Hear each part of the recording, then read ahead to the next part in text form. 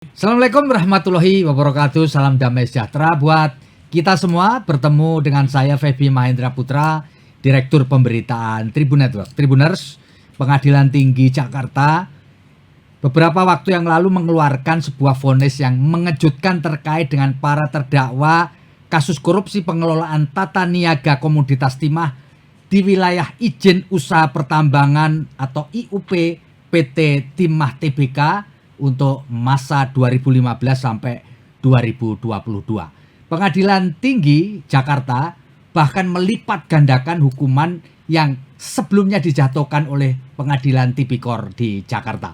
Sebut saja terdakwa Harvey Muiz, suami artis Sandra Dewi, yang sebelumnya dihukum 6,5 tahun berubah menjadi 20 tahun. Dan sebagai uang pengganti juga demikian. Demikian pula dengan Mukhtarisa Pahlevi Tabrani, mantan Direktur Utama dari PT Timah Tbk yang mendapatkan vonis baru yaitu 20 tahun dan sebelumnya hanya 8 tahun penjara. Dan untuk memahami apa sih sebenarnya crucial point dalam tata niaga komoditas timah di wilayah Bangka Belitung, telah hadir bersama dengan saya Ketua Umum Asosiasi Timah Indonesia atau AIT, Bang Harwendro Adityo Dewanto. Beliau ini adalah menantu dari Pak Hasim Joyo Hadikusumo alias suami dari Ibu Saraswati, Rahayu Saraswati, anggota DPR dari fraksi Partai Gerindra. Dan saya ingin sapa beliau. Bang Herwindro, siap. Apa kabar Bang? Kabar baik Pak. Bang, tentu Abang mengikutilah proses hukum dari kasus yang ada di Bangka Belitung ini, di IUP PT Timah Tbk. Bang, boleh nggak kita dapat penjelasan dampak dari masalah hukum terkait dengan timah ini apa, Bang? Ya, oke. Dampak secara umum secara global itu pasti terasa sekali ya, dari ekspor kita yang biasa sekitar 61.000 minimal 61.000 ton. Ya, 61.000 ton sampai dengan kita pernah 80.000 ton. Nah, itu sekarang di tahun 2024 kemarin menurun drastis. Jadi sekitar 50.000 sampai dengan 51.000 ton. Nah, ini artinya bahwa Indonesia sebagai eksportir terbesar di dunia sebenarnya selama ini Indonesia eksportir terbesar ya, Bang? Iya, betul. Nah, ini mengalami penurunan. Sehingga ada baiknya juga karena harga timah jadi ikut membaik. Oh gitu ya. Jadi ketika supply-nya turun, harganya naik gitu. Harganya naik begitu. Termasuk sekarang ini, Bang. Termasuk sekarang gitu. Makanya dari tahun 2024 harga timah itu relatif stabil di angka hampir 30.000. 30.000 US dollar. Paling rendah 28.000 US dollar per ton. Per ton ya. Nah, itu sampai sekarang harganya di segitu ya, Bang? Iya.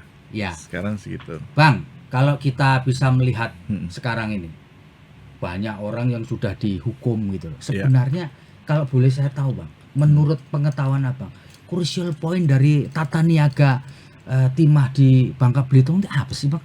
Titik lemahnya. Iya. Ini juga pertanyaan yang sering ditanya orang. Teman-teman juga khawatir juga, teman-teman eksportir ya. Terutama itu mereka takutnya apa yang dia lakukan takutnya salah gitu. Takutnya apa yang dia lakukan melanggar hukum. Nah, ini kan yang perlu kita kita bahas bersama dengan regulator, dengan pemerintah sendiri. Gimana sih tata kelola tata niaga yang baik untuk industri pertimahan supaya kita tetap aman bekerja, tidak disalah-salahkan nanti di kemudian hari, betul, gitu ya. Kalau lihat dari kejadian-kejadian kemarin ya mungkin ada faktor kerusakan lingkungannya ada. Tapi harus diperjelas juga kerusakan lingkungan itu kalau dari tahun segitu ya nggak mungkin menimbulkan damage yang sebegitu besar sampai 300 triliun ya kan. Nah, jadi kita harus lihat dulu, kaji betul-betul apakah betul-betul itu memang dirusak oleh 5 orang ini ataupun tidak gitu. Nah, kemudian dari sisi lain kita juga sebagai eksportir ini ini juga berhati-hati karena sebetulnya kami ini industri yang saling merangkul satu sama lain gitu. Jadi ketika teman-teman butuh bantuan atau mungkin BUMN seperti PT Timah butuh bantuan dengan swasta, kita jadi takut gitu. Kita mau membantu BUMN tapi malah kita takut gitu kan. Takut disalahkan nanti kemudian hari. Nah, ini juga jadi problema teman-teman juga gitu. Bagaimana untuk membantu pemerintah dalam hari ini PT Timah gitu untuk meningkatkan produksinya, untuk membantu ekspornya, cuman ya kita masih takut-takut gitu. Iya. Dilemanya di situ. Iya, Bang. Sekarang ini yang sering jadi diskursus adalah bagaimana nasib kita, mau akui atau tidak ada pertambangan rakyat di Bangka. Betul ya, Bang ya? Mau legal mau ilegal pokoknya ada lah. Menurut Abang gimana sih ini memandang pertambangan timah rakyat ini, Bang? Saya waktu itu sudah berdiskusi juga dengan Komisi 7, sekarang Komisi 12 ya, bagian SDM.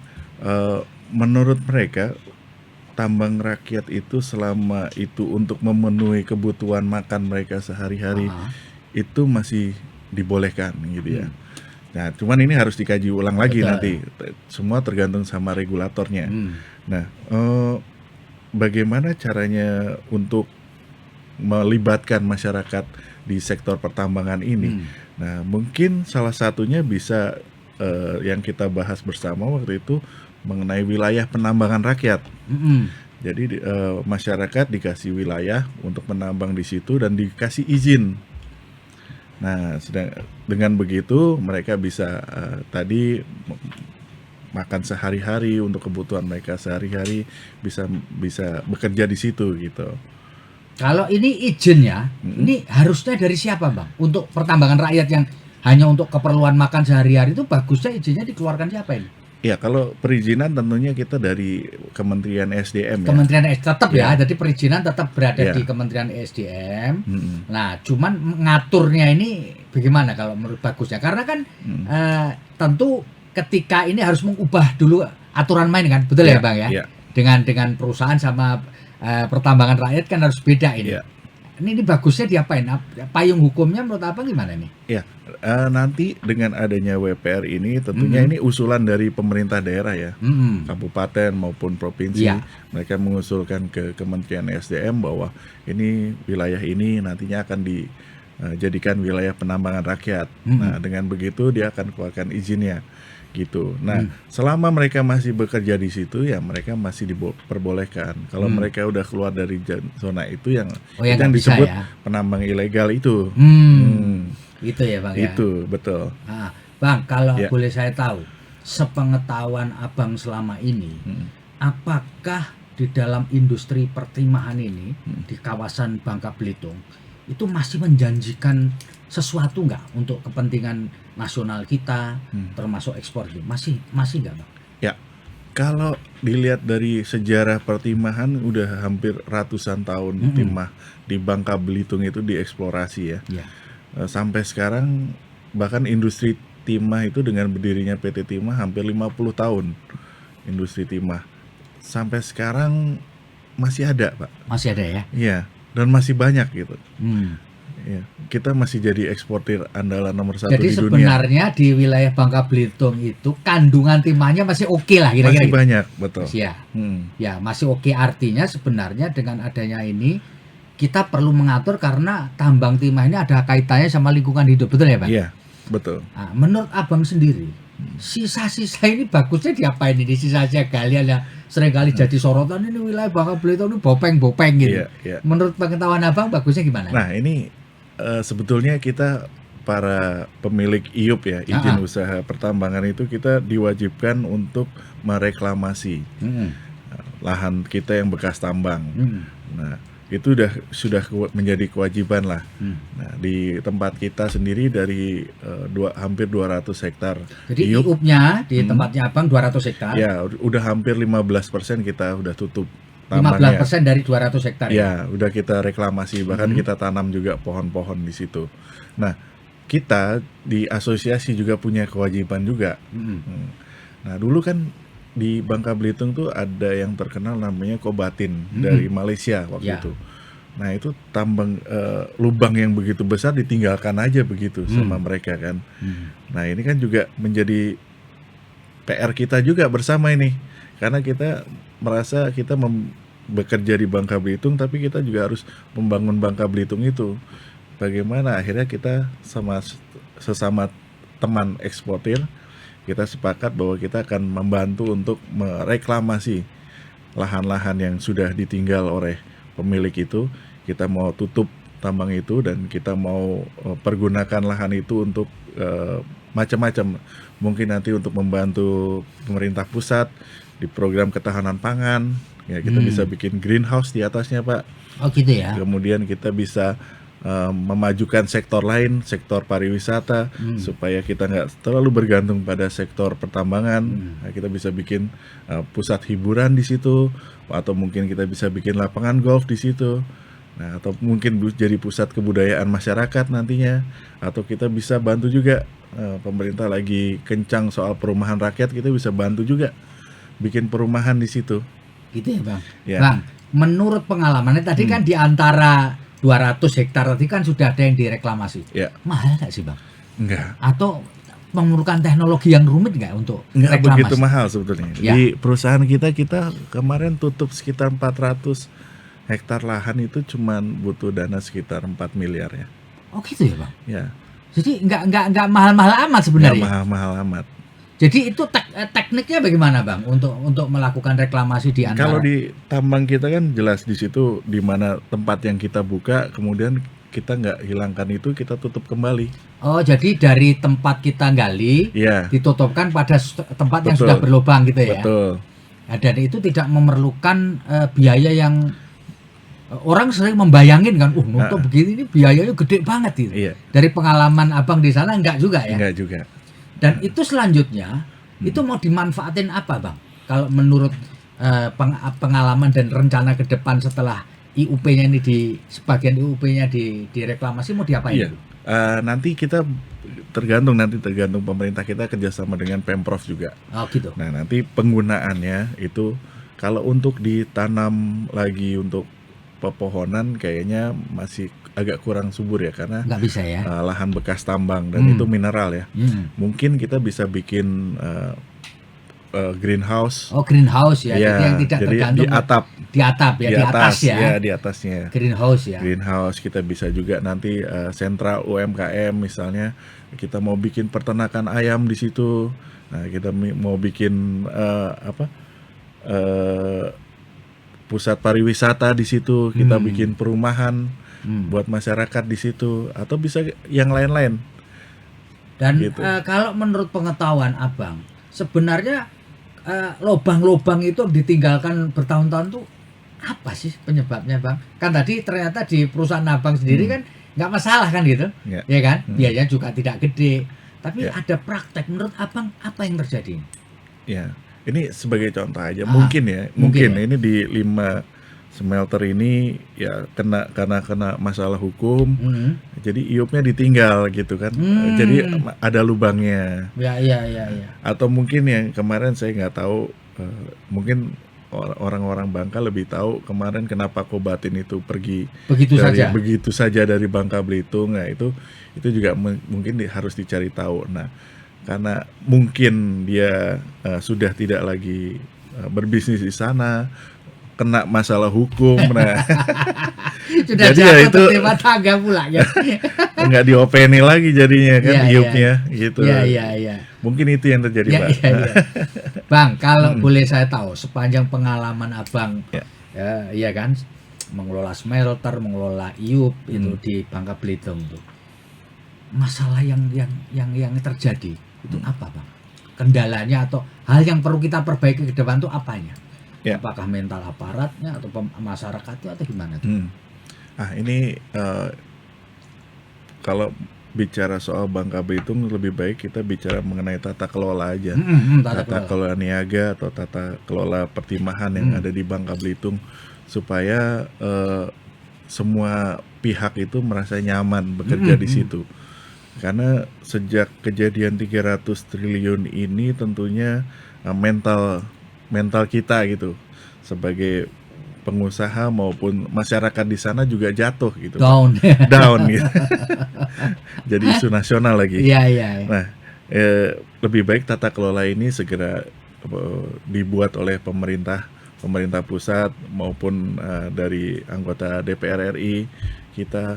Nah, untuk supaya kita ini bekerja dengan nyaman, bekerja tidak saling takut-takutan atau saling menyalahkan. Iya, iya. Atau ya itu yang paling ditakutin pengusaha kan gitu. Ya, ya, ya. Kalau masalah harga, Bang, gimana, Bang? Ya. Jadi kan kalau nggak salah ada masalah bagaimana kita bisa mengatur harga, Bang. Itu bisa dijelaskan gimana, Bang? Ya, di nikel tuh ada harga pokok mineral. Harga HPM. pokok mineral, ya. Harga pokok mineral. Nah, di timah itu tidak ada, Pak.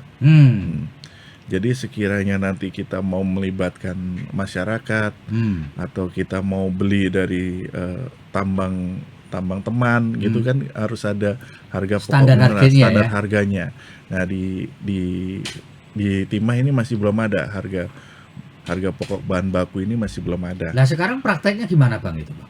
Untuk penentuan harga antara penambang dengan smelter tuh apa ngukurnya itu gimana? Atau suka-suka aja? Ya itu, selama ini suka-suka aja. Gitu ya? Iya. Nah, dengan adanya harga pokok mineral ini, tentunya di situ makin jelas kan. Nanti negara bisa mengatur pajak berapa? Dari middleman berapa, dari kolektor berapa, dari dari koridor berapa, kemudian harga penambang berapa, sehingga dari situ acuannya bisa terlihat jelas, Pak. Nah, selama belum ada HPM-nya, ya ini yang bisa ditarik langsung oleh pemerintah pusat hanya dari smelter aja. Ini Gitu. dampaknya ketika tidak ada pengaturan harga ini apa, Bang, dampaknya? Apakah hanya middleman yang beruntung atau apa ini? Gini, yang kasihan nanti BUMN. Oh, Yang BUMN, dulu iya. ya, PT Timah. Nah, karena kalau swasta mungkin masih bisa bersaing. Dia masih bisa mengikuti harga. Misalnya dia beli bahan baku di bawah harga seberapa, masih ada untung sedikit, mereka swasta biasanya masih bisa terima. Tapi kalau BUMN kan tentunya enggak. Mungkin ada hitungan tersendiri. Karena beda aturannya, karena beda aturannya. Nah, itu yang perlu kita garis besar, perlu kita pahami bersama bahwa kita di situ tuh masih ada BUMN, masih ada PT Timah yang harus kita jaga bersama. Jangan sampai BUMN itu merugi gitu. Iya, betul gitu ya, Bang. Karena sumbangsi mereka lebih besar dibanding kita. Iya. Bang, kalau boleh kita tahu, Bang Harwendro, itu bisa nggak diceritakan sejak kapan Abang mulai menerjuni industri tambang timah ini, Bang? Supaya kita semua juga tahu lah. Jadi dulu saya tuh di grup perusahaan. Kemudian tahun 2008 Sebentar, Bang, itu grupnya apa, Bang? Arsari Group. Arsari Group ya. Itu Abang di grup waktu itu. Di grup waktu Lanjut, itu. Bang. Kemudian kita dengar laporan dari direksi kita di bawah yang di industri timah ini kok tidak bisa mendapatkan hasil maksimal gitu. Nah, kemudian ketika 2008 itu kita betul-betul terpojok, sehingga waktu itu bisa dibilang kita hampir kolaps lah. Oh gitu ya. Nah, kita di-challenge waktu itu sama Pak Hasim. Pak Hasim ya. Ketika kita di-challenge, oh ya udah kita coba deh. Ya, ternyata Masuk ya. Masuk sampai sekarang. Alhamdulillah. Dan ternyata challenge itu bisa Abang hadapi ya, Bang. Artinya dari usaha yang mau kolaps kemudian pelan-pelan bangkit gitu ya. Ya dulu sampai hutang hampir puluhan juta dolar, terus sekarang malah jadi profit. Bukunya jadi padahal bagus. Abang sendiri sebenarnya tidak punya experience di dunia timah menimah. Ya, kita hanya dengar laporan, kemudian kita belajar pelan-pelan, akhirnya jadi mengerti. Gitu ya, Bang. Iya. Bang, kalau boleh kita tahu, sebenarnya ketika itu berapa banyak IUP yang dipegang oleh perusahaan yang Abang pimpin awalnya, Bang? Waktu Abang masih di grup kan, ya kan? Artinya usaha ini nggak menghasilkan apapun nggak dia? Iya. Itu waktu itu berapa IUP yang dipegang? Dulu IUP kita lumayan banyak, hampir 24 ya. 24 wilayah. Oh, 24 wilayah ya? Iya. Dengan total berapa itu Bang? Kalau di total luasnya itu? Kita hampir seperempatnya DKI Jakarta. Total IUP kita waktu itu. Seperempat DKI. Di laut maupun di darat ya. Iya. Ada dua. Gitu. Ada dua waktu itu ya. Nah, terus kemudian setelah kita juga punya di IUP itu, kemudian apa yang dilakukan untuk, kan pemerintah sekarang ini kan setelah ada undang-undang minerba kan mengharuskan adanya smelter kan Bang. Nah, lalu apa yang dilakukan pada waktu itu setelah ada ketentuan undang-undang minerba itu? Nah, dari 24 itu ya. 18 kita dibekukan oleh BKPM waktu itu ya. Dibekukan itu maksudnya gimana? Waktu itu kan ada ketentuan pemerintah yang IUP, beberapa IUP dibekukan oleh BKPM waktu itu. Nah, oleh Pak Bahlil waktu itu. Nah, dibekukan. Nah, kita salah satunya yang kena waktu itu. Ada 18 IUP. Nah, itu ya sampai sekarang pun kita masih baru kembali itu masih 2 IUP ya. Dari 18 itu? Dari 18. Ada yang 8 dibekukan, baru 2 yang kembali? Iya. Itu apa sih Bang alasannya pada waktu itu membuka IUP itu? Enggak tahu, itu waktu itu kebijakan pemerintah ya. Mungkin karena dinilai kita nggak bekerja waktu itu. Mungkin dinilai karena banyak kewajiban yang belum dipenuhi, sehingga IUP itu dibekukan. Ya. Akhirnya gitu. Kemudian kita juga perusahaan ini juga kemudian membuat smelter juga ya untuk. Smelter itu salah satu syarat. Oh, salah satu syarat pada itu ya. Dan Bang, kalau boleh saya tahu nih, industri timah ini kan pemerintah sekarang ini kan lagi getol-getolnya melakukan hilirisasi.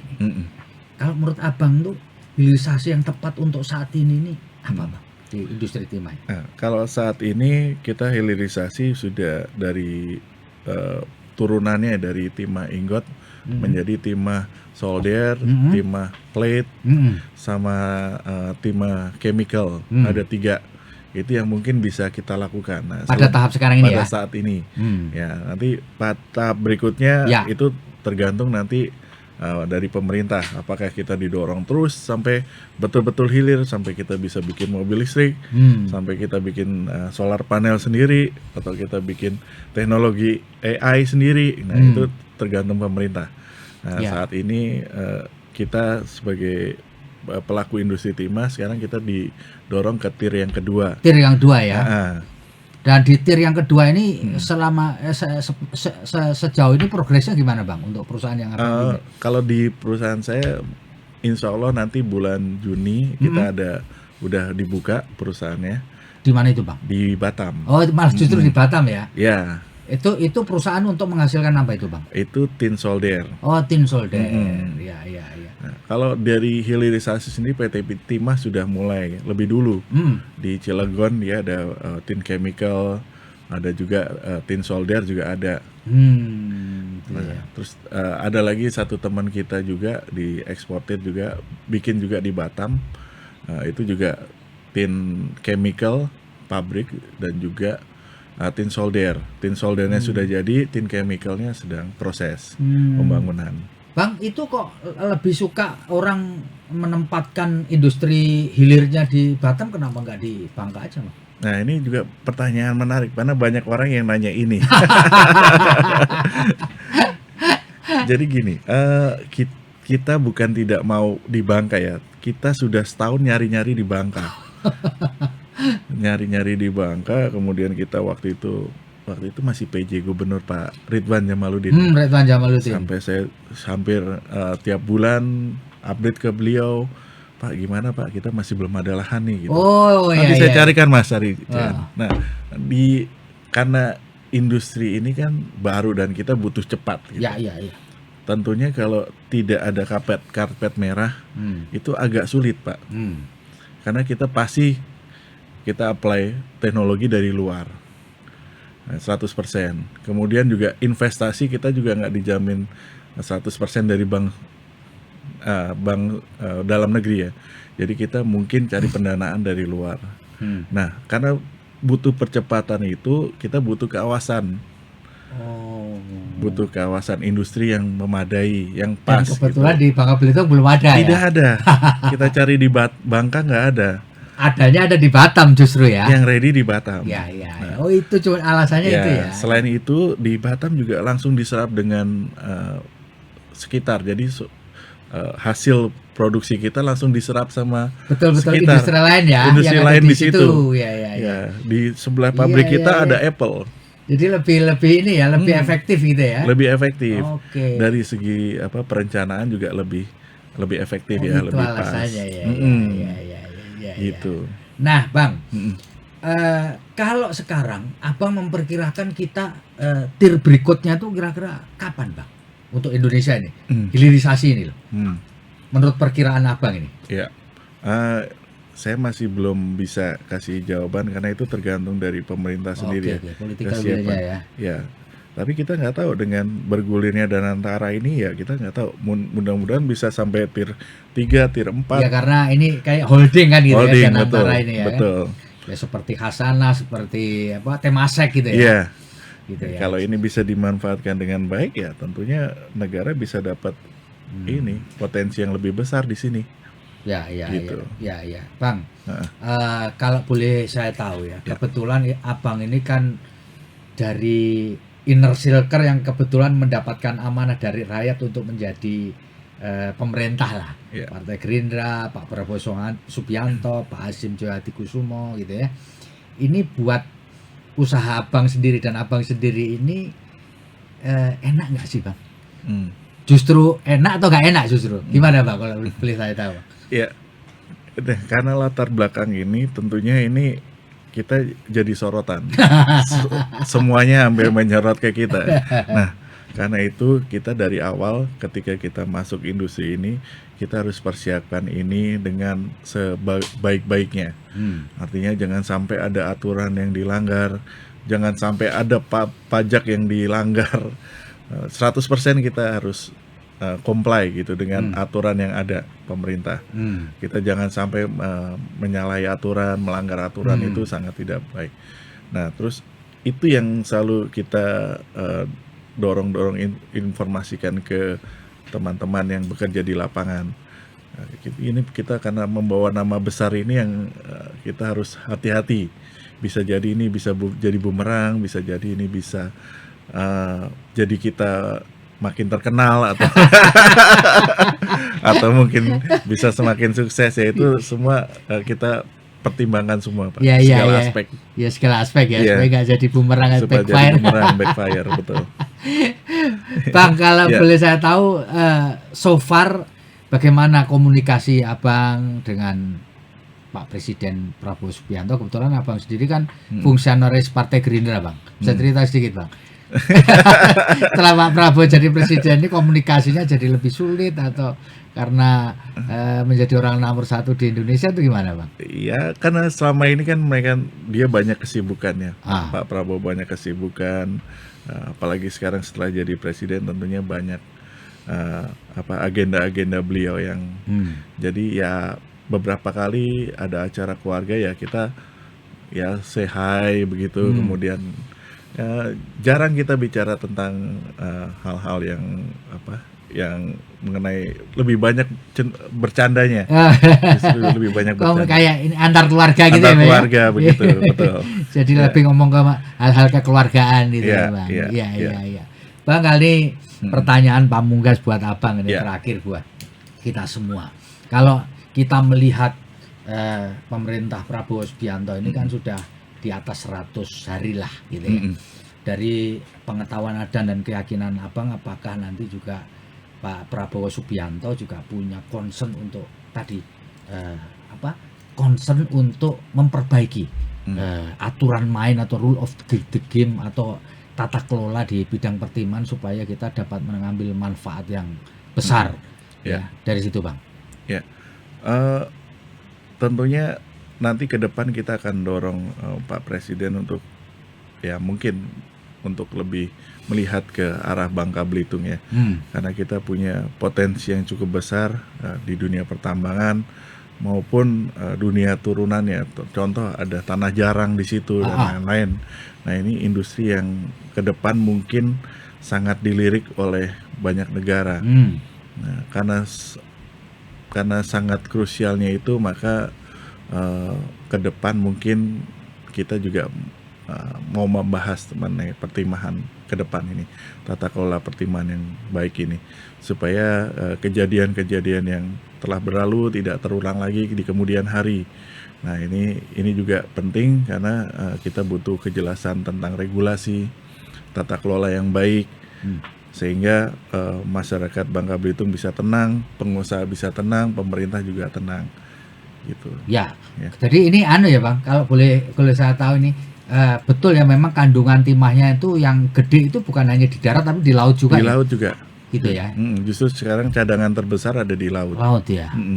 Oke, Bang. Moga-moga harapan Abang sebagai Ketua Umum Asosiasi Eksportir Timah Indonesia buat pemerintah ini, supaya segera bisa memberikan perhatian, bisa segera terwujud, Bang. Amin. Supaya amin. hal-hal yang kemarin terjadi tidak terulang kembali. Iya. Demikian, terima kasih Bang atas ngobrol kita. Tribuners, demikian ngobrol saya dengan Ketua Umum Asosiasi Eksportir Timah Indonesia (AETI), Bang Harwendro Adityo Dewanto. Moga-moga obrolan kita ini membawa manfaat dan hal-hal yang terjadi di Bangka Belitung segera dapat diatasi dan perekonomian Bangka Belitung kembali melesat.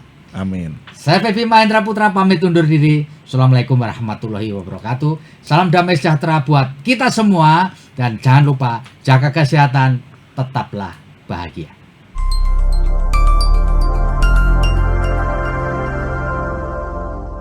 Download Tribun X sekarang, menghadirkan lokal menjadi Indonesia.